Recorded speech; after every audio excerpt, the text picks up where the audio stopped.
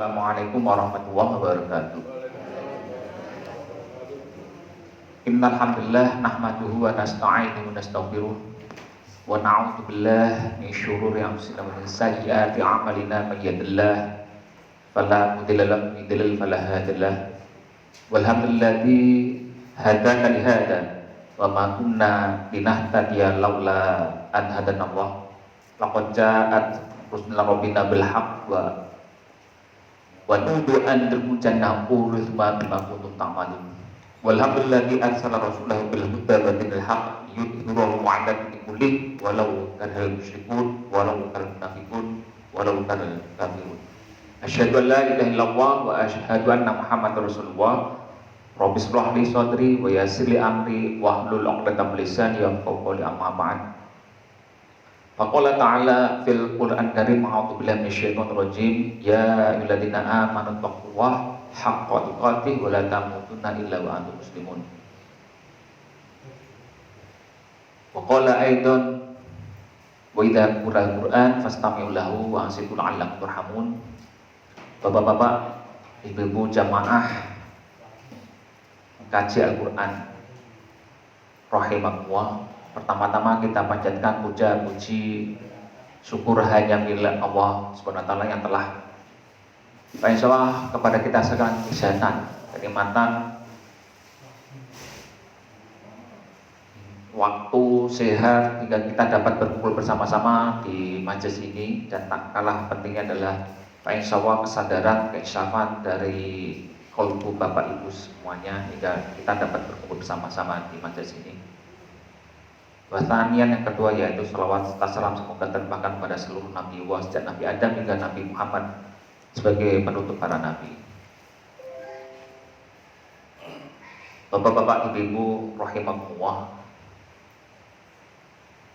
kami ingin menyampaikan yaitu bab yang dulu pernah saya sampaikan tapi mungkin belum sampai ya pendalaman. Tapi sebetulnya kami itu berhubungan dengan pernyataan seseorang ya, bahwa yang dikenal banyak sudah punya pengikut dan punya gelar dan tokoh masyarakat, itu pernyataan bahwa sebenarnya Islam itu belum sempurna ya. Bahwa karena ada istilah perbudakan dalam Islam. Padahal Islam itu kan sudah sempurna. Ya, kita ingat dengan surat 5/3 ya. Nah, 5/3 kan sangat jelas sekali ya, artinya panjang ya. A'udzubillahi minasyaitonir rajim, hurimat al-muqaddata wa hurimat al-muqaddatu wa dam wa lahul khinzir wa ma uhilla liwarillah bihi wal munkhatiqatu wal maqudatu wal mutaraddiatu wal natihatu wa ma akalas subuh illa ma dzakitum wa ma biha ala nusuk wa antas taqsim bil azlam dalikum besar. Nah, ayat di tengah-tengahnya al yauma yasal ladina kafaru min dinikum, bahwa pada hari ini ya, al yauma, lihat di kalimat al yaumanya ya, pada hari ini, sampai hari ini menunjukkan bahwa telah kecewa ya Isa alladzina kafaru, bahwa orang-orang yang kafir itu kecewa pada hari ini ya. Kita awali ayat 5/3. Kecewa dengan apa? Dengan din aturan kamu, karena memang din ini sudah sempurna. Maka perintah Allah fala takhshawhum, janganlah kamu takut pada mereka, tetapi takutlah padaku, Allah domirnya. Dijelaskan lagi al yauma akmaltu lakum dinakum ya, pada hari ini juga ya, akmaltu telah kami sempurnakan, kamilkan, tamat, sempurna ya, bagimu lakum dinakum, yaitu aturan-aturan ini, hukum dan pengabdian ini, wa atmatu, dan telah tamat ya, sudah kamil, sudah lengkap, sempurna, dan tamat sudah.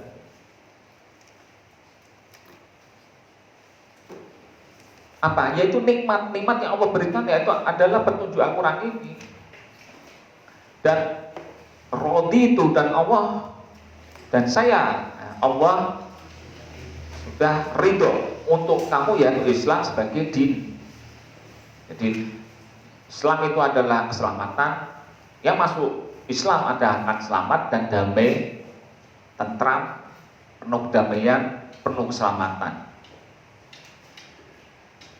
Jadi tidak akan mungkin bahwa Allah itu, dan pernyataan yang lain juga contohnya itu kan 5/3 itu kan 615 ya. Jadi kalau kita ingat 5/3 itu juga 615. Terus 30/30. Kita baca. Ini sebagai penuntutan ya. Wa tamat kalimatu rabbika sidqan wa adlan la mubaddila li kalimatihi wa huwas samiul alim. Telah tamat.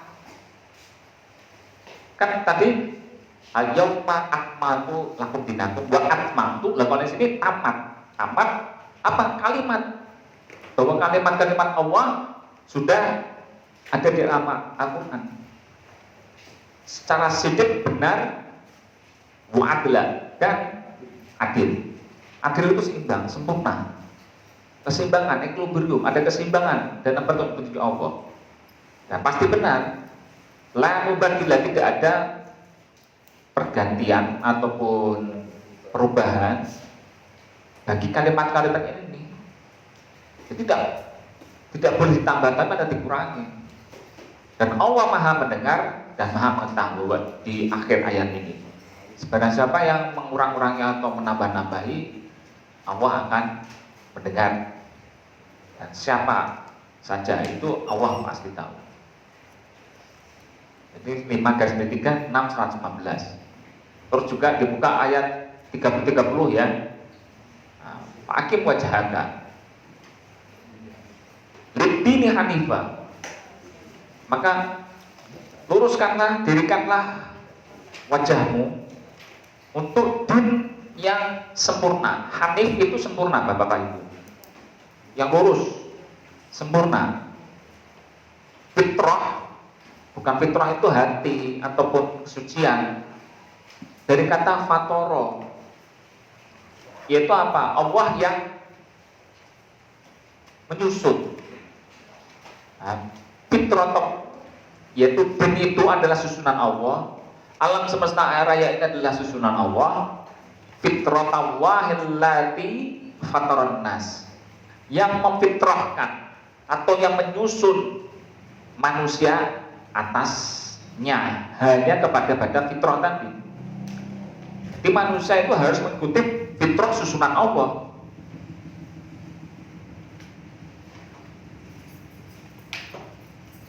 La tabdila, tidak ada perubahan. Tadi kan juga sama, la mubaddila di kalimati. Nah, ini juga ada la tabdila. Tidak ada apa? Perubahan juga. Li khalqillah.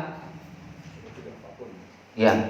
Jadi Allah tuh dalam pelaksanaan hukumnya itu sudah sempurna dan tidak ada perubahan-perubahan. Memang dari awal pertama Islam itu ada itu sebetulnya simple. Tetapi karena manusia itu yang membuat sesudah Nabi Muhammad meninggal itu ada beberapa permasalahan yang mungkin tidak pernah terjadi waktu Nabi Muhammad. Nah, itu istihad. Perlunya istihad. Tapi dipersulit sendiri oleh diri kita sendiri. Sebetulnya sudah ada jalan-jalan yang sudah ketetapan itu sudah di Al-Quran itu sudah ada lengkap, tetapi dibuat susah karena aturan-aturan kita sendiri. Dalikat dinul qayyim, itulah din aturan yang kokoh, sempurna, lurus. Walakin aktsarun nasi la ya'lamun, kebalik. Dan tetapi aktsarun nas, kebanyakan manusia tidak tahu. Memang kebanyakan manusia yang tahu itu hanya sedikit. Banyak. Jadi kalau jenengan diklik yang kebanyakan itu wah banyak sekali. Jadi kita itu menghindar dari yang kebanyakan itu loh. Diklik aja misalkan arti kata kebanyakan di tafsir Al-Quran itu, ternyata kita harus menghindar dari kebanyakan. Kebanyakan tidak tahu, kebanyakan tidak mau berpikir, kebanyakan dolim, kebanyakan beriman, banyak sekali. Nah, dan kalau misalkan pernyataan seseorang bahwa Al-Quran maaf ya, Islam itu belum sempurna karena ada permasalahan perbudakan, ya memang dari kata-katanya seakan-akan benar. Jangan merasa paling benar. Orang yang merasa paling benar itu adalah sebenarnya dia tidak benar, karena berpotensi menyalahkan orang lain. Seakan-akan benar ya, ucapan seperti itu ya, hingga merasa dirinya itu mendapat suatu mandat dari Gusti Allah untuk istilahnya memaksa orang lain itu ikut perintahnya. Karena ini loh, Al-Quran mengatakan demikian. Ini kan seakan-akan benar, tetapi sebetulnya tidak benar lah. Allah yang menyuruh, kita hanya menyampaikan. Nah, memaksakan ini adalah inti dari radikalisme. Kalau kita istilah radikalisme, kita harus tahu bahwa radik ya Bang. Ini Dr. Fajar kan pernah dengan radikalisme dari kata radix. Radix itu akar. Lah Al-Quran itu menyatakan bahwa memang harus kekokohan itu dari ini. Radik itu kan dari okok. Kalau misalkan kita tidak radikal, maaf ya saya mengatakan radix itu kan dari akar, tidak kokoh bangunan kita. Misalkan cakar bangunan rumah itu kan harus perlu cakar rayap, harus akarnya kuat. Kalau pondasi tidak kuat ya seperti alang kabut. Makanya ada alang kabut itu kan Al-Quran mengatakan seperti bangunan yang cepat roboh. Alang kabut tahu enggak ya? Laba-laba. Bentengnya laba-laba kan tidak kuat. Nah, tentunya ini juga saya mengambil judul dari pernyataan dia bahwa ada perbudakan. Apakah benar perbudakan dalam Islam itu ada? Nah, kita harus ini ya. Nah, dan ada seorang ya menyatakan bahwa memang benar dalam Islam masih ada perbudakan itu. Akhirnya menurut di Arab Saudi ya, saya menunjuk negara Arab Saudi dan Timur Tengah lah. Banyakan itu orang-orang majikan atau tuan-tuan itu melakukan hubungan dengan pembantunya. Karena apa? Anggapan seorang pembantu itu legal. Jadi seakan-akan itu bahwa karena memang mengatakan bahwa di surat masalah mengartikan arti ini loh, ma malakat aimanukum ya. Surat 23. Kita buka surat 23 Al-Mu'minun. Ini ya. Kami memberi judul pernyataan seseorang yaitu masalah perbudakan.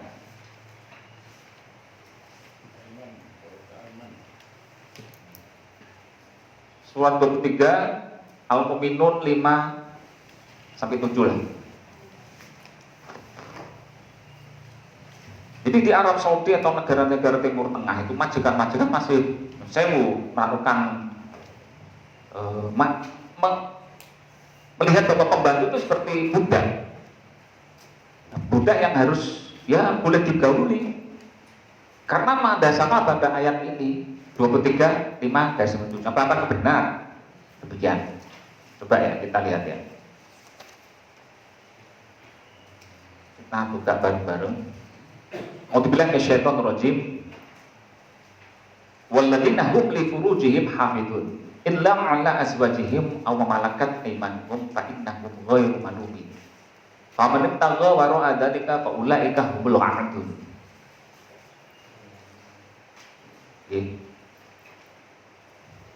Untuk yang terjemahan kebanyakan, saya baca dulu ya.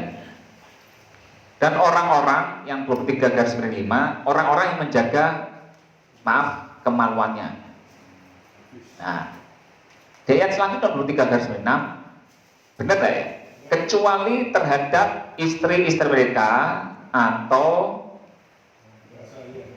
budak, ya, atau hamba saja yang mereka miliki, maka supaya mereka tidak tercela, tidak tercela.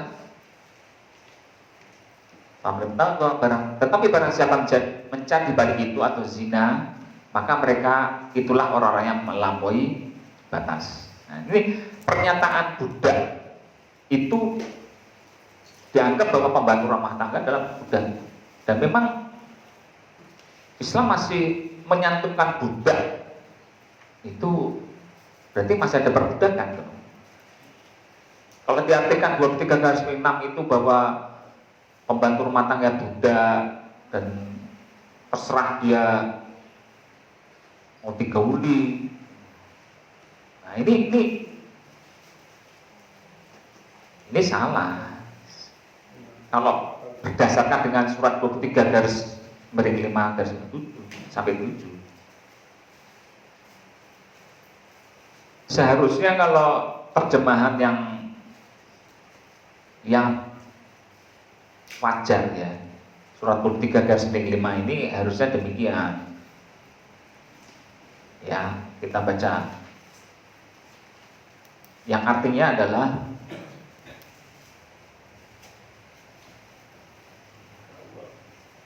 walladzina hum li furujihim hamidun, dan mereka orang-orang yang li furuj itu dari kata-kata farojo.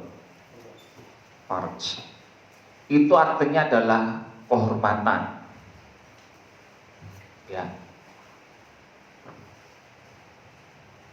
Apa kehormatan itu? Yaitu tentang harga diri, tentang ya seperti saya menjaga kehormatan saya dengan berbaju seperti ini.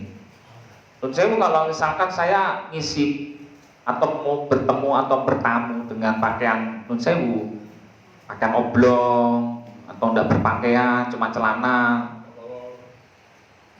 nah, itu kehormatan itu berarti kan kita merendahkan diri kita, perilaku kita, sikap, omongan yang kasar itu adalah apa? Kehormatan, harga diri kita. Jadi furs itu bukan kemaluan. Jadi kalau konteksnya kemaluan juga nun sewu itu sangat sedikit ya. Jadi farj itu adalah kehormatan. Siapakah mereka? Ya, dan orang-orang menjaga kehormatan itu berarti kita bicara dengan ayat sebelumnya. Tetapi ini kita baca tentang masalah kehormatan, kecuali kehormatan itu diperlihatkan ya, misalkan pakaian, berbicara, sikap, misalkan di rumah, ya silakan, kecuali pada siapa kalau di rumah. Nah, pada azwaj, zauj itu adalah pasangannya, pasangan mereka.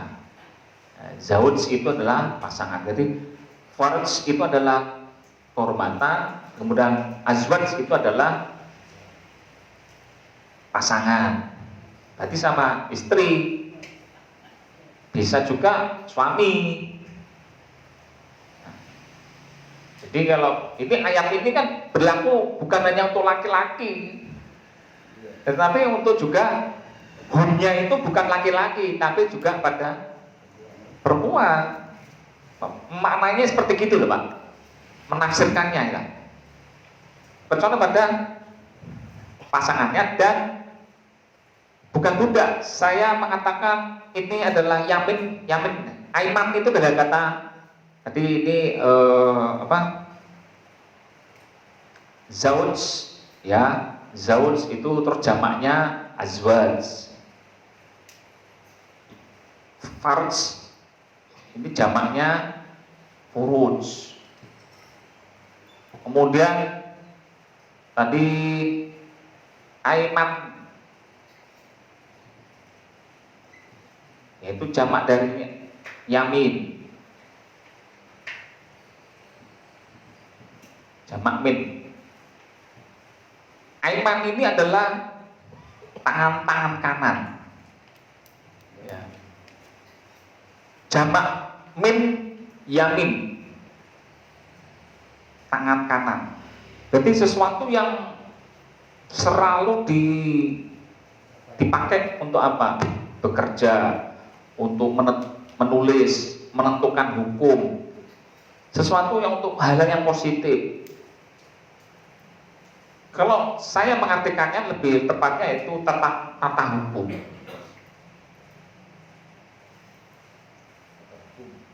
Malaka itu memiliki, ya. Malakat bima malakat aiman berarti yang dimiliki tata hukumnya, bukan hamba saya.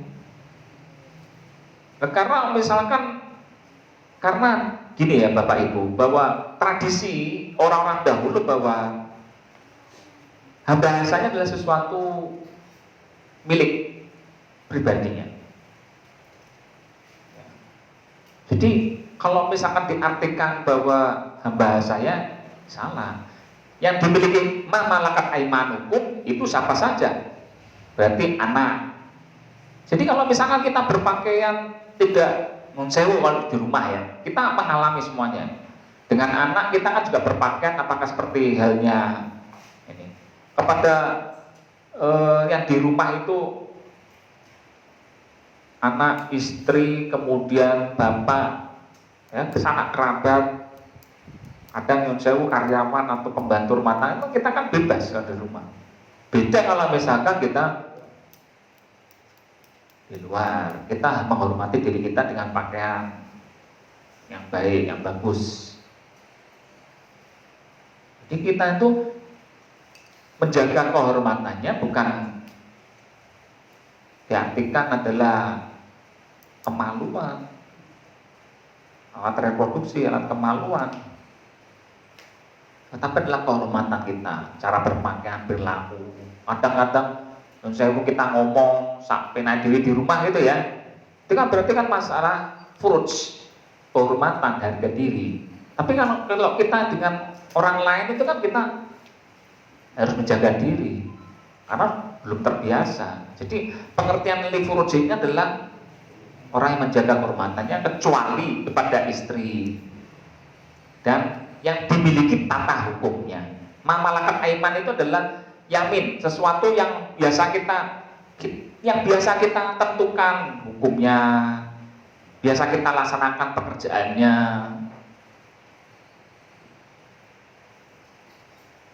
Nah seperti itu. Jadi kalau misalkan diartikan dengan boleh untuk menggauli budak-budak, ya itu salah. Kalau ini diperjelas lagi lebih panjang ini. Kemudian surat mengartikan masih budak-budak itu sama, 3 garis 7 kita buka surat 70. Ya, ini sama juga 70 29 30.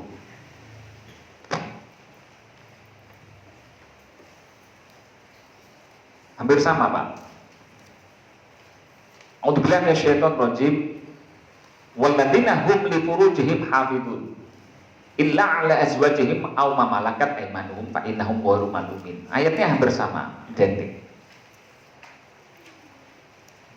Dan orang-orang yang memelihara, kalau diartikan umumnya adalah nunsewu kemaluan ya. Jadi kan sangat sempit kalau diartikan kemaluan, bukan hanya itu. Illa ala azwajihim, kecuali pada istri-istri. Ini juga pengertian azwaj itu juga sempit, hanya istri-istri. Memangnya ayat ini hanya untuk laki-laki. Ayat ini untuk berlaku bisa untuk laki-laki, perempuan. Ya, menurut saya kalau ibu-ibu di rumah kan pakai daster ya. Apakah kalau keluar pakai daster? Tidak. Seperti ini contohnya gitu loh. Kamu toh bapak, ibu atau di rumah itu kan panas ya, gerah. Tentunya kan juga santai. Itu mengartikan furuj itu bukan kemaluan tapi kehormatan. Berpakaian hanya sewu celana pendek, di kamar sama suami istri atau anak-anak. Itu kan pengertian seperti itu, furuj itu. Jadi ayat ini berlaku untuk laki-laki dan perempuan. Atau kepada, kalau diartikan umumnya, mamalakat aimanuhum, yaitu budak-budak. Berarti masih ada perbudakan. Makanya banyak pemimpin-pemimpin Islam itu sekarang mengartikannya itu bahwa perbudakan di Islam masih ada, karena ayatnya ada dan banyak sekali. Coba jenengan tafsir di kita, diklik budak itu banyak sekali. Kalau dengan budak-budak tidak nyampe, Pak. Hanya banyak penyimpangan ayat. Ayatnya ada. Nah, yaitu artinya yang dimiliki tata hukum, yaitu masalah hubungan famili. Ya tadi, anak, istri, orang tua, dan ponakan, yang masih ada hubungan famili.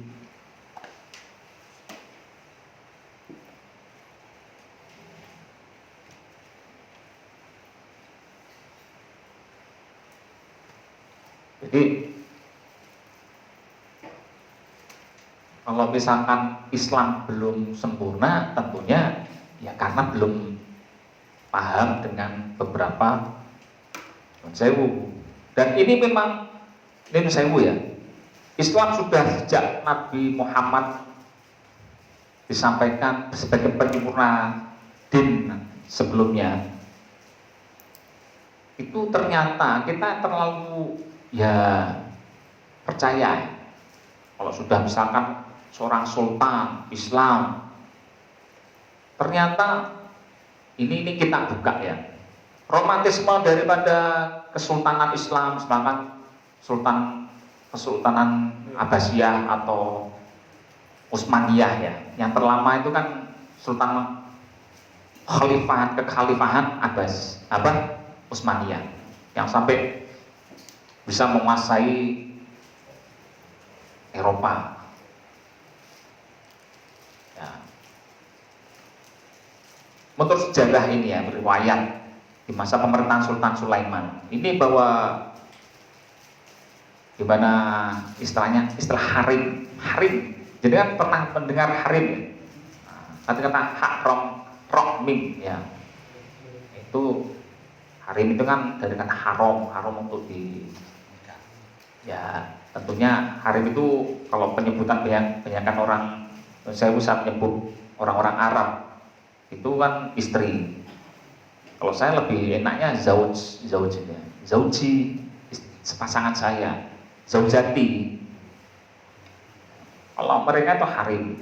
Nah ini ada istilah dianggap sebagai institusi kalau di kesultanan. Sejak waktu zaman sultanan ini saya cerita ya. Itu bahwa harim adalah tempat di mana seorang wanita dilatih untuk bisa tampil di depan umum sebagai istri kerajaan. Itulah istilah harim. Jadi kemudian juga dilatih mereka itu, para harim itu untuk sebagai pasangan, juga seorang birokrat. Ya, dan kebanyakan juga dibesarkan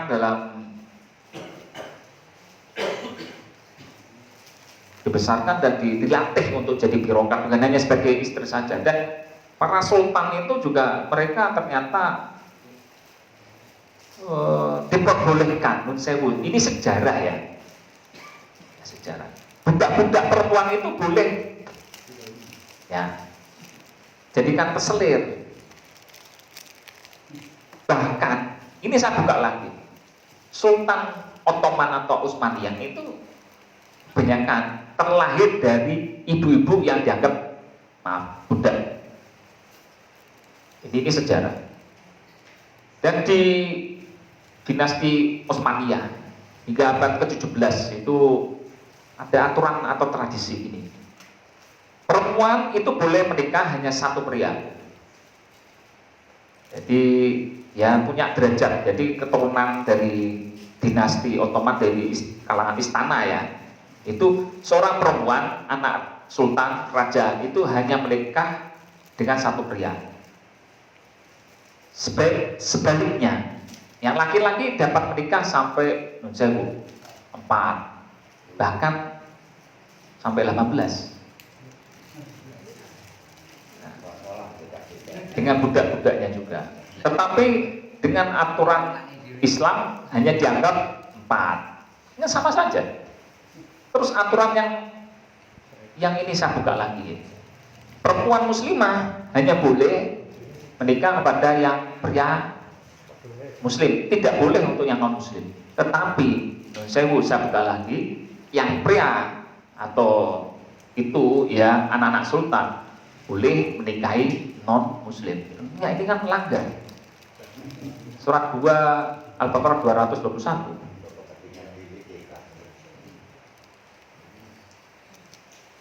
Jadi ini sejarah Bapak Ibu.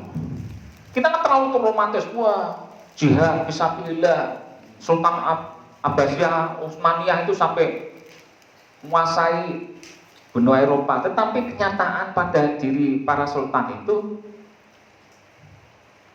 demikian, karena memang masih mengartikan bahwa surat Ibrahim 35 70 29 30 dan kemudian Nabi Muhammad alasannya dengan ayat 4 garis 3 ya, terus surat 33 50 itu kan boleh.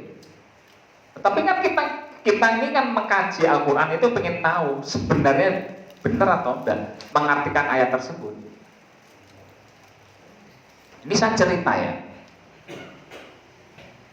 Jadi kemudian saya cerita lagi nih ya. Semua anak sultan dari istri yang sah memiliki keperdakaan sejak lahir. Begitu pula dengan anak hasil hubungannya dengan budak.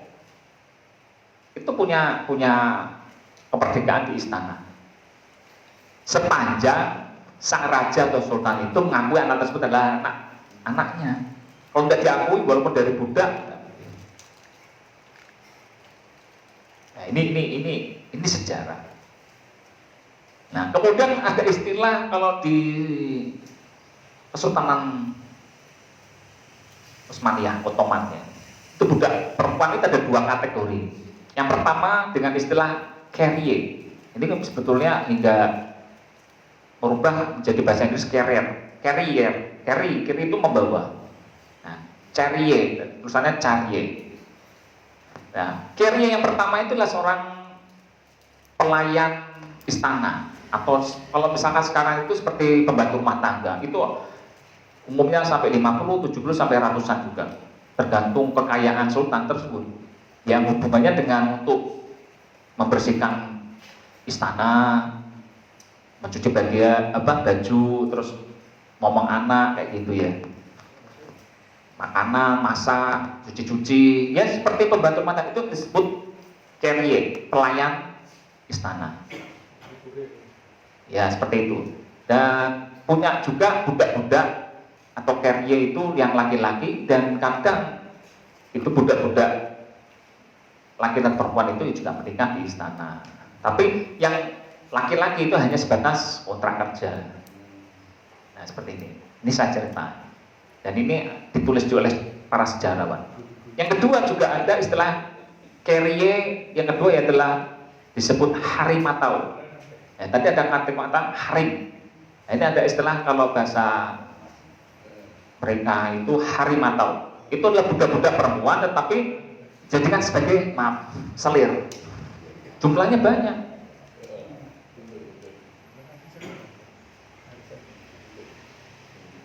Jadi memang perbudakan itu memang sudah terjadi sejak dahulu, tetapi Islam datang tetapi belum bisa menghapus perbudakan. Jadi kalau sultan-sultan itu sampai memulai, wah banyak Pak, minimal 4 itu Pak. Jadi ya bagaimana? Dan itu sudah berlaku juga kan. Sampai di Kesultanan Islam itu kan juga ada. Dan bagaimana kalau misalkan demikian? Ya tentunya akhirnya Islam itu bukan sebagai rahmat, petunjuk, karena mengartikan Al-Quran secara, ya itu kan terjadi ambigu. Kita belajar bahwa Islam itu adalah Islam din yang selamat, rahmat, tetapi terjadi ambigu, yang mana menghalalkan perbudakan dan perseliran dan menyalahgunakan istilah poligami di surat 4 dari 93.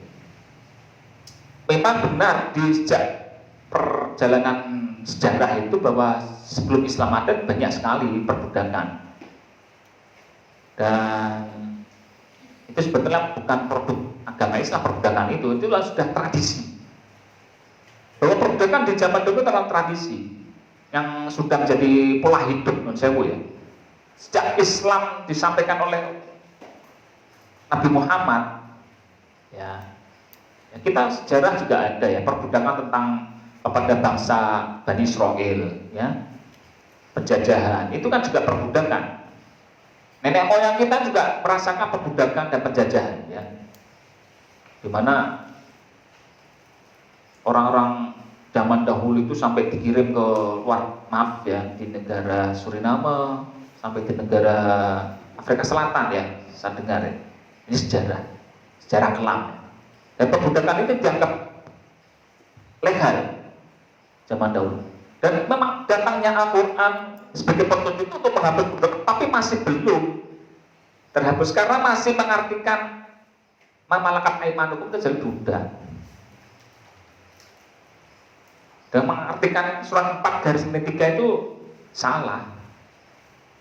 Nah, ini sejarah, dan dianggap bahwa perbudakan zaman dulu itu sebagai merupakan pilar sendi-sendi perekonomian, Bapak Ibu.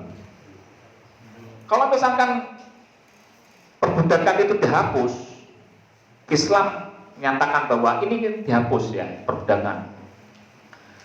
Mau gak mau ekonomi, terutama di waktu itu Quraisy Mekah itu karena sudah terbiasa dengan perbudakan, perekonomian akan jatuh. Makanya Islam itu mengikis habis perbudakan, tetapi banyak yang menentang Islam. Karena apa? Misalkan ya, saya sudah terbiasa dengan perbudakan, tetapi ada orang yang melarang saya untuk tentang perbudakan ini, ekonominya saya akan hancur. Makanya banyak sekali yang menantang Islam, karena memang sudah menjadi tradisi sejak zaman dahulu. Hukum positif sudah diakui sebagai hukum positif dan dibenarkan undang-undang seluruh dunia dalam peradaban manusia waktu itu dulu. Jadi seperti menjual, menukar, mempertaruhkan budak. Jadi kalau budak saya misalkan diambil orang lain, itu melanggar undang-undang. Itu boleh ditukar sebagai barang. Ini kan sudah betul-betul luar biasa. Islam itu melarang hal-hal seperti ini. Dan tapi mereka zaman dahulu itu adalah menjadi tradisi, undang-undang, hukum positif, hukum universal. Seorang budak misalkan lari kepada budak, tuannya yang lain tidak boleh, tidak bisa. Harus kecuali membayar denda atau membayar misalkan ini saya cerita bahwa Bilal itu ditebus oleh Nabi Muhammad 100 dinar. 1 dinar itu 1 gram kalau tidak salah emas.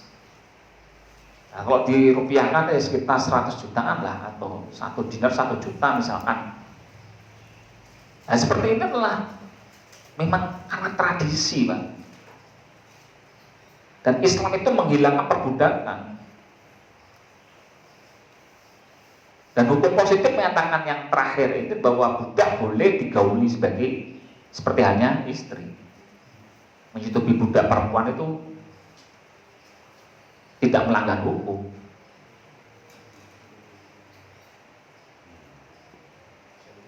Dan itu masih menjadi tradisi di Arab Saudi, Bapak Ibu. Dan juga kita bagaimana ya mengartikan bahwa mamalakat aimanukum adalah budak. Padahal ayatnya bukan demikian. Dan kita buka surat 4 dari 3, masalah poligami ya. 4 dari